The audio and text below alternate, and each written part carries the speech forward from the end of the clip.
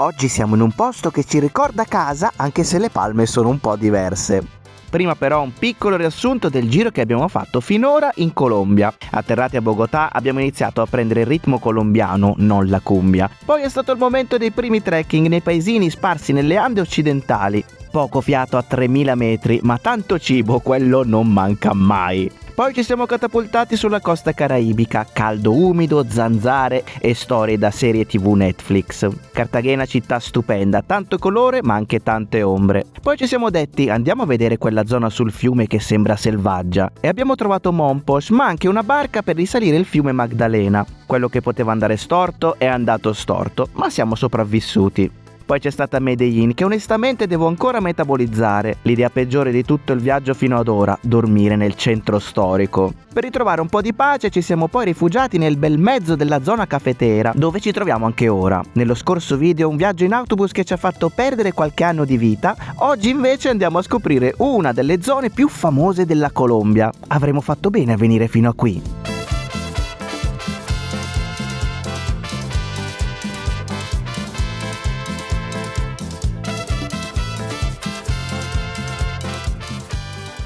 Buongiorno ragazzi da Rio Sucio, stamattina siamo scesi direttamente in centro a fare colazione, guarda qua, trattati come dei reginetti. Abbiamo dormito praticamente in piazza Duomo di Rio Sucio e quindi siamo qui alla caffetteria. Qui abbiamo il nostro caffè tinto bello scuro. Che se non lo prendiamo qui, voglio dire, siamo nella zona caffetera, quindi il caffè di Colombia, e qua ci sta il caffè, mi tocca. E poi abbiamo queste belle empanadas dulces, belle guarda dolci. che carina, è ancora calda perché abbiamo seguito la ragazza che sì. usciva dal forno in Stalking. Abbiamo due, ne vogliamo due.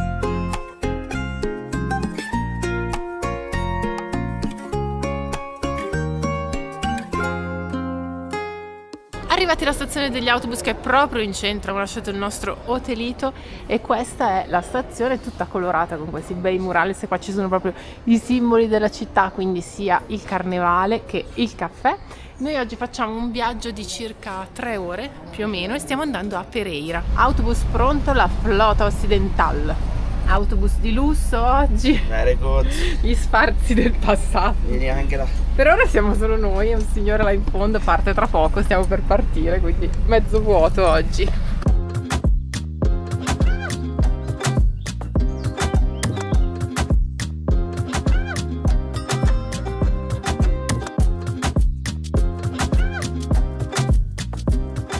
Appena partiti già la vista è pazzesca ragazzi, a differenza degli altri autobus che hanno tutti l'aria condizionata, sono tutti chiusi, qua possiamo anche vedere fuori.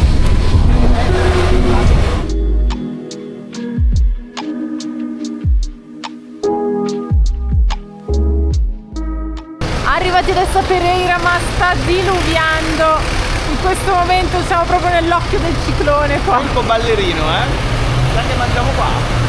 Niente cibo, prima camminiamo e andiamo verso il centro anche perché ha smesso di piovere, quindi siamo a 1 chilometro dal centro. La città si presenta un po' incasinata, una città grossa, molto trafficata, solo nel momento in cui faccio il video di solito non è trafficata e in effetti si conferma la regola. Diciamo anche una cosa, ci abbiamo messo tipo un quarto d'ora a capire da che lato uscire dalla stazione degli autobus. Sì, tutto intricato.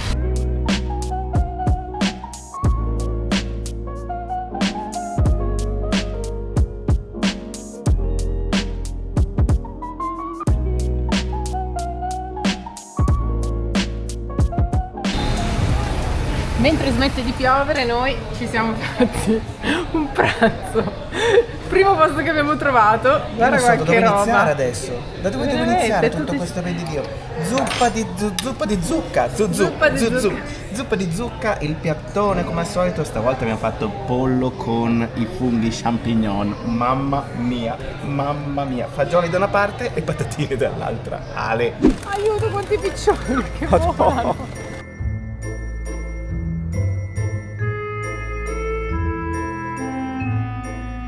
Il signore da questo lato ha un doppio ruolo, vende il cibo per i piccioni e fa anche le foto ai turisti, oddio, dappertutto. Qua comunque siamo proprio sotto la statua di Simón Bolívar, l'idolo del Sud America, in questa versione desnuda. Infatti è nudo su un cavallo e si chiama appunto Bolívar desnudo.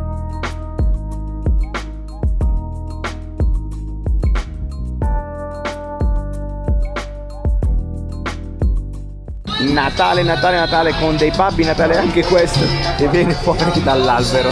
Siamo passati un secondo in uno di quei negozi dove vendono un sacco di cianfrusaglie, come quelli che ci sono da noi, ma qui siamo un livello oltre, soprattutto per le statuette che si possono trovare qua. Tra le varie statue, diciamo, religiose, ci sono anche quelle, queste, tipo del dottore. Del dottore.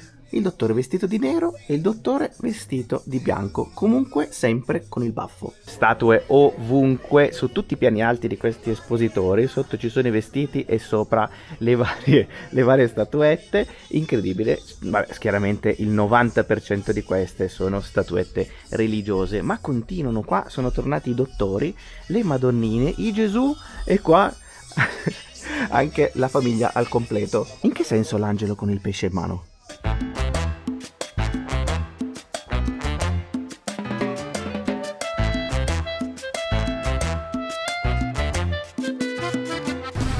E dopo il giro nel centro di Pereira, ma soprattutto dopo la mangiata, noi stiamo tornando adesso alla stazione degli autobus a prendere il secondo autobus che ci porterà alla destinazione finale di oggi, che si chiama Salento, ma non è in Puglia. Si va subito, neanche il tempo di fare il biglietto, e il signore della biglietteria ci ha detto di seguire questo signore che deve essere l'autista dell'autobus. Via al volo!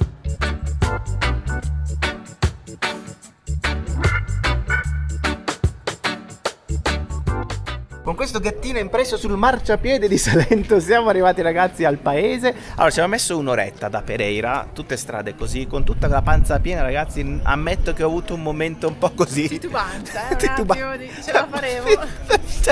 Comunque siamo arrivati. Il tempo è questo, non accenna a migliorare. Speriamo che cambi. Comunque, ragazzi, qui c'è l'attrazione qua, tra le più importanti, tra le 3 forse più importanti di tutta la Colombia. Ecco qua la nostra stanza è condivisa in questo appartamento, c'è la cucina da questo lato, il bagno condiviso. Ok, perfetto.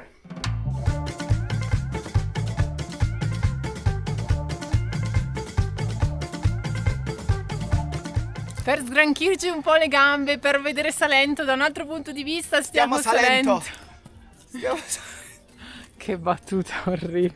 Terribile questa battuta. A parte queste battute terribili, ragazzi, per salire bisogna fare tutta questa fila che sembra un po' il controllo passaporti in aeroporto, e si arriva fino al Mirador, il punto panoramico. Ci siamo al Mirador, ragazzi, parcheggio motorini davanti, tutto il parcheggio dietro. Adesso andiamo insieme a vedere qual è la vista qui davanti.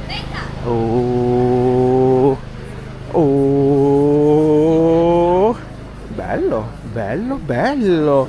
Mi aspettavo una vista sul paesino e invece è su tutte le vallate circostanti. Che spettacolo! Lì sotto è praticamente piatta e tutto attorno alle montagne.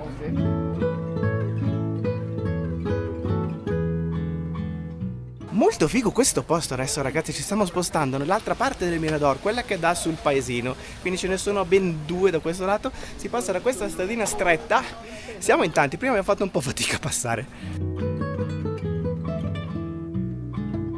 E da questo lato c'è l'altro Mirador, quello che dà invece su tutta la cittadina qua sotto. Allora, inganna molto questa cittadina, nel senso che sembra tutto il centro sia piatto, in realtà ci sono delle salite importantissime. Là si vede il campanile della chiesa e si vede come è costruita tutta insieme in questa parte, e dietro c'è lo strapiombo.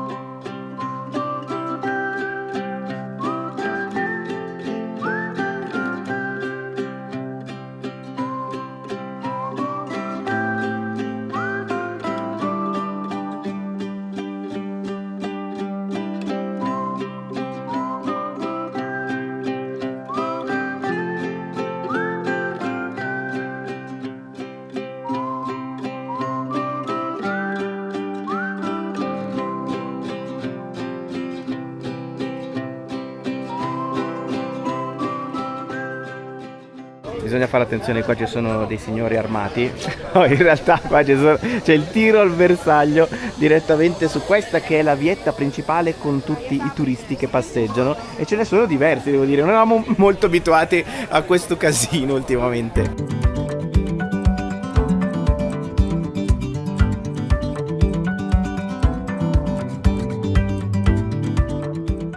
Questa è la piazza centrale che hanno costruito nella parte più alta, quindi ci sono tutte queste strade in salita per raggiungerla. Uno dei simboli proprio di Salento sono le Jeep, che si chiamano Willys.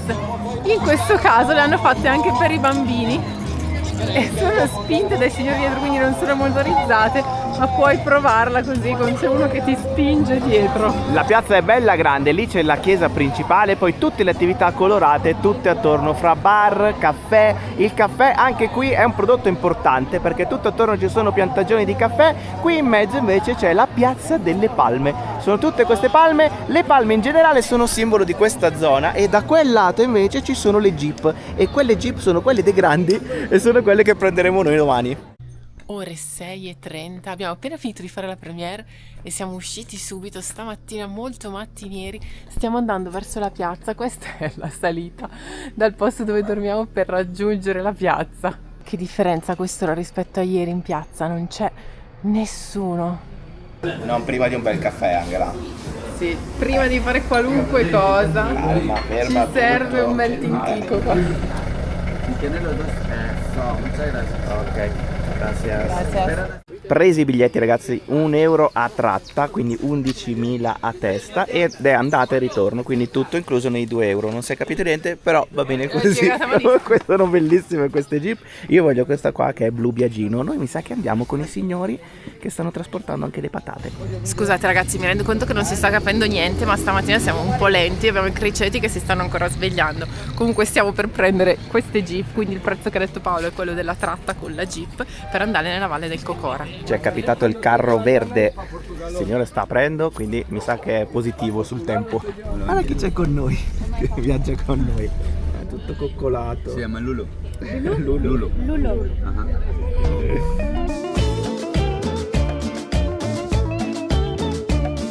Bella ragazzi, mi piace, è camperizzabile anche. Cosa ne dici? Ci sono un sacco di gente.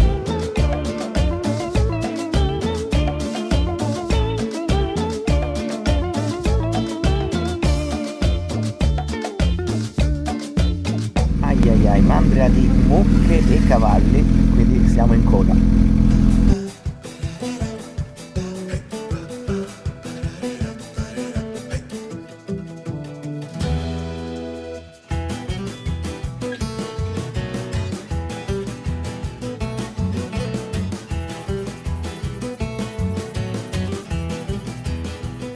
Iniziamo il trekking seguendo l'asino e il cavallo di fronte a noi e ci infiliamo adesso nella Valle del Cocora. Allora ci sono 3 diversi circuiti che si possono fare, 3 diversi trekking, uno più semplice, uno che è una via di mezzo e uno invece che è molto più estremo perché si sale sul picco della montagna a 3500 metri. Allora noi abbiamo scelto di fare il secondo, cioè quello che è una via di mezzo, che sono comunque 12-13 km, quindi non è cortissimo, però è un circuito ad anello, quindi si torna dove si è partiti e si passa nella parte bassa della valle, quindi non si va sulla montagna dall'alto ma seguendo il corso del fiume. Posso dire che siamo arrivati in un ambiente, mamma mia, pazzesco.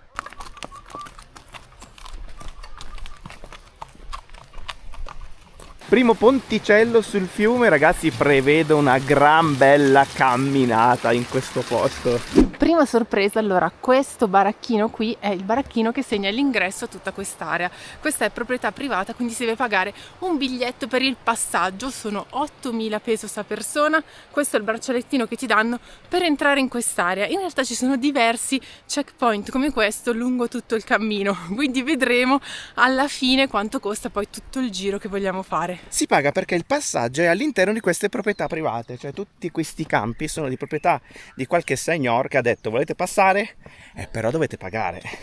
C'era successa una cosa simile anche a Monghi, dove c'era questo sentiero che purtroppo però era bloccato proprio dai privati che non volevano permettere l'accesso ai camminatori e lì ancora non c'era probabilmente un accordo sul pagamento di una tassa.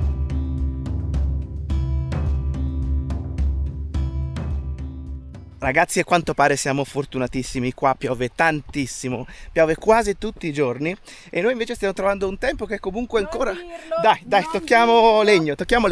No, anzi ferro, eccolo qua. Tocchiamo ferro, il filo spinato. E quindi, allora, non è piattissimo, quindi un pochino sale, però devo dire che è una gran bella passeggiata. Ci sono tutti questi tronchi qua in mezzo per evitare appunto che ci si impalci troppo quando piove. Questo è il biglietto che abbiamo pagato sotto forma di braccialetto. In discoteca. Come in discoteca, come a Gardaland. Nei villaggi. Vabbè, tutti. E comunque non ci fa niente, è sempre meglio avere un bel braccialetto in più. Ti giri un attimo e vedi questi scorci, ragazzi. Si intravedono le famosissime palme di cera. Nome super interessante questo, Cocora, che speriamo di non dire sbagliato, visto che sbagliamo sempre tutti gli accenti, adesso scopriamo che è Cocorati. Cocorito! Cocora! Ecco. Allora, ci sono due opzioni di derivazione del nome. La prima che dice che sarebbe il verso che faceva un uccello che viveva proprio sulle palme della cera. Esatto, questo è un esempio. La seconda opzione invece è che questo fosse il nome della figlia di un re indigeno dei Quimbaya, che era la popolazione che viveva in questa zona. Il nome Cocora significa stella d'acqua, quindi c'è un legame con l'acqua proprio in questa valle. Infatti c'è sia un fiume che scorre, che poi il fatto che ci sono moltissime nuvole e piove quasi tutti i giorni, quindi l'acqua è un elemento fondamentale in questa valle. Le palme di cera sono famosissime, ragazzi, sono il simbolo della Colombia, sono addirittura sui 100.000 pesos, cioè la banconota di taglio più grande della Colombia, e sono altissime, fino a 60 metri, e la particolarità è proprio questa: sono strette, altissime, il tronco è completamente liscio e poi finisce chiaramente con le foglie di palma in alto.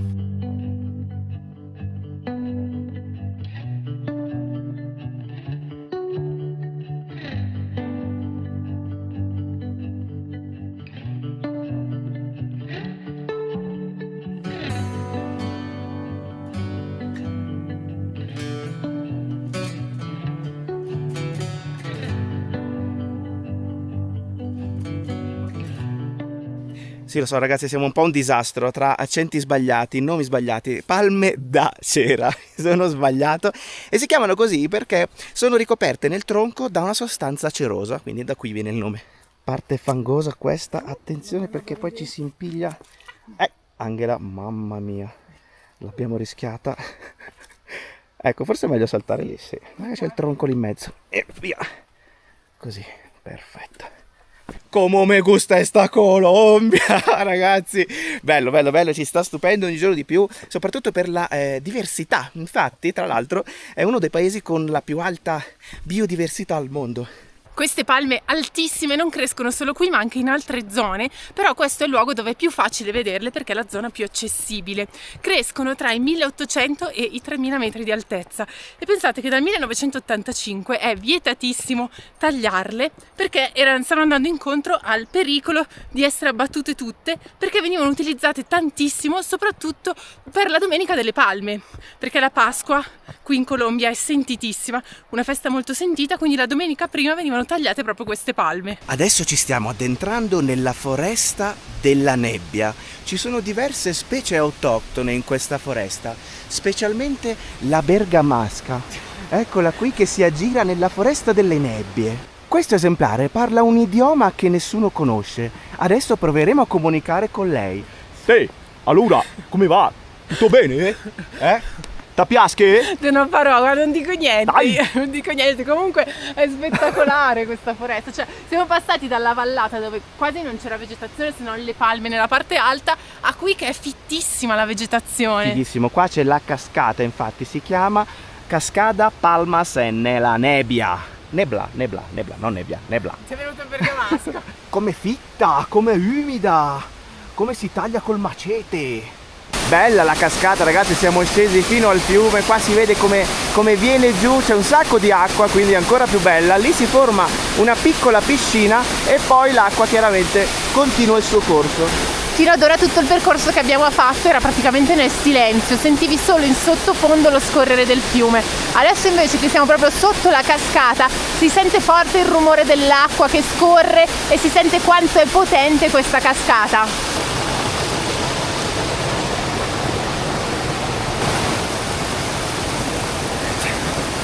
Ghiaccio che scorre.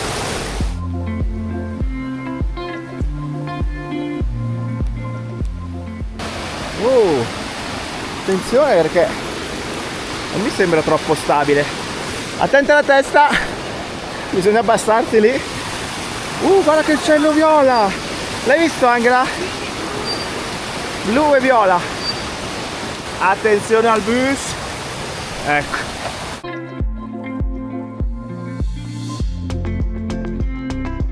Altro ponte ballerino. Che luogo, ragazzi, che luogo. Bisogna però fare attenzione, ci sono dei bei buchi. Ogni tanto compaiono ponti e scale. Queste scale ricavate dalla roccia. E siamo al terzo ponte. Più che una passeggiata è un percorso avventura, eh? Che foglione!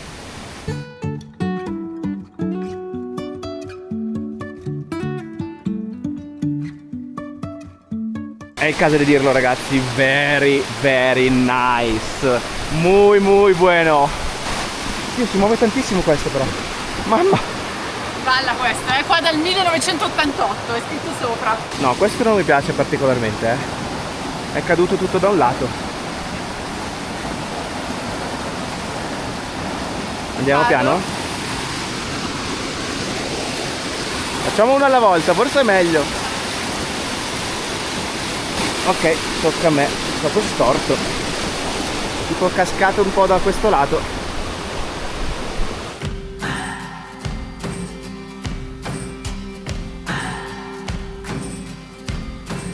Attenzione che siamo nella zona del león della montagna, cioè il puma. Qua ci dice che cosa è, dove si trova e insomma, ragazzi, qua potremmo avvistarlo.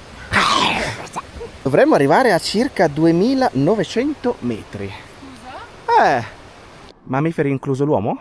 Non lo dice, spero di Non lo dice? Però dice che è molto carino. C'è l'orso anche. L'orso de Anteojos. Sì, dicono che è pacifico, in realtà. Ce ne Sì. sono tanti sulle Ande. Sì. Però vabbè, È l'unico orso del Sud America, quello che vive sulle Ande. ecco. Però dai, dovrebbe Non vorrei essere- incontrarlo, va bene così. Sì, ecco.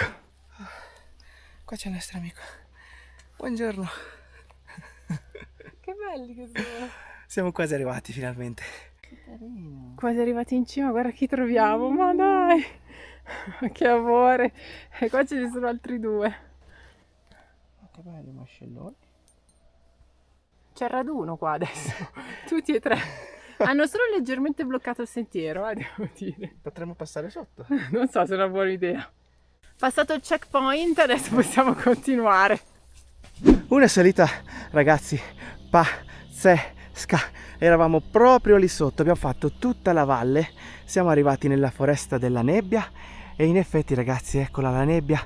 Ora siamo saliti e siamo proprio a livello delle nuvole, ma l'ultima parte veramente tosta. Adesso dovrebbe esserci un mirador.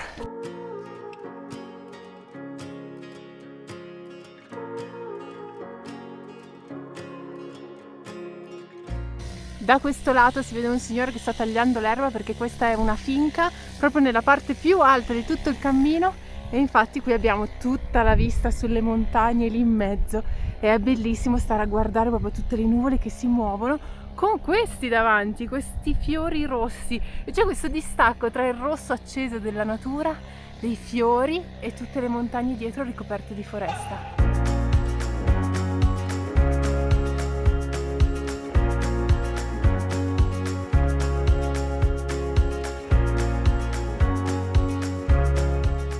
Da qui adesso, ragazzi, torniamo giù da questi terrazzamenti. Ecco, prima non avevamo il fiato per parlarne, adesso ci siamo un po' ripresi, ho mangiato una banana e bevuto un po' d'acqua. E qua si vedono proprio i terrazzamenti, perché proprio anche dall'alto con il drone abbiamo visto che è tutto a gradini.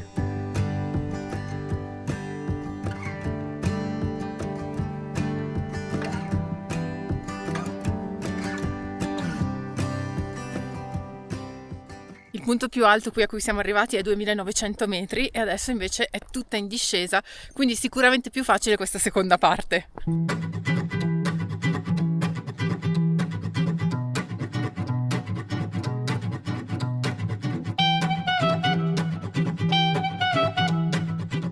Si è riaperta la vista adesso, ragazzi, siamo usciti dalla selva oscura e qua, ragazzi, si vede una palma che adesso non sappiamo se sia stata abbattuta o semplicemente se sia caduta e basta, ma a vederla qua sdraiata in orizzontale, ammazza, si vede proprio quanto sono alte. Cioè un conto è vederle in piedi e comunque fanno un effetto importante, e un conto è vederle comunque sdraiate, sono altissime. Non manca tantissimo, ragazzi, ma ha cominciato a piovigginare proprio all'ultimo secondo. Io ho toccato ferro prima, ma dai, speriamo. Ciao, bel cavallo, ma quanto sei bello. Ciao. Sembri quella del caramelle. Cucciolo, sì, veramente. Cavallo goloso.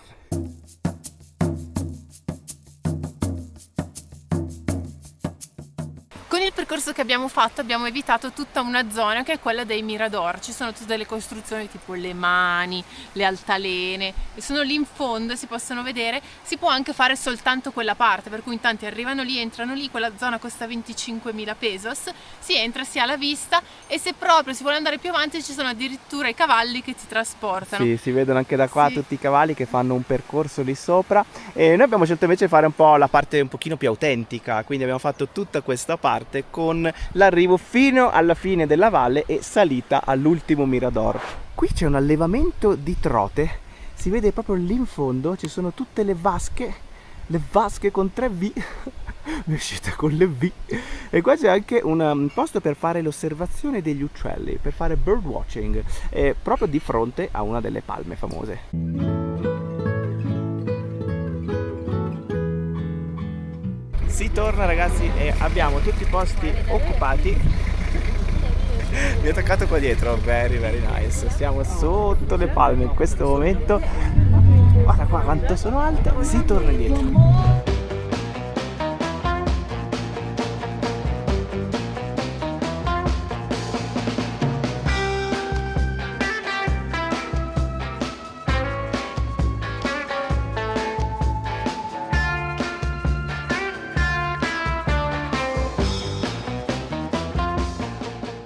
Ce lo siamo meritato oggi un bel mega pranzetto, stavolta con la specialità del luogo, con la trucia, con la trota salmonata. Che profumo! Buon appetito! Panza piena, ragazzi, e soddisfazione totale oggi. Siamo tornati a Salento, il paesino che tra l'altro si chiama Salento perché gli spagnoli davano questi nomi qui in Sud America che un po' rimandavano all'Europa, alla Spagna, quindi ci sono tante questioni di omonimia in diversi casi. Quindi, ragazzi, qui noi da Salento vi salutiamo, ci aspettavamo, ogni tanto noi siamo un po' scettici quando andiamo in questi posti molto conosciuti, molto frequentati, e invece devo dire che è andata alla grande, ne alla basta grandissima. assolutamente la pena, ci è piaciuto un sacco la camminata di oggi. E adesso con il mal di gambe, ragazzi, noi vi salutiamo. Mi raccomando, se non avete ancora fatto, iscrivetevi subitissimo al canale, attivate anche la campanella così non vi perdete Ecco, questa no, questa è orribile. Vabbè, ci vediamo alla prossima, ragazzi. Alla prossima, ragazzi. Ciao. Tengo un amorcito que siempre me habla bonito, pero ya no puedo verla este mes. Es que está muy lejos, se fue para el otro lado y no tengo para irme de una vez. No sé el domicilio ni el nombre del estado y se me hace muy difícil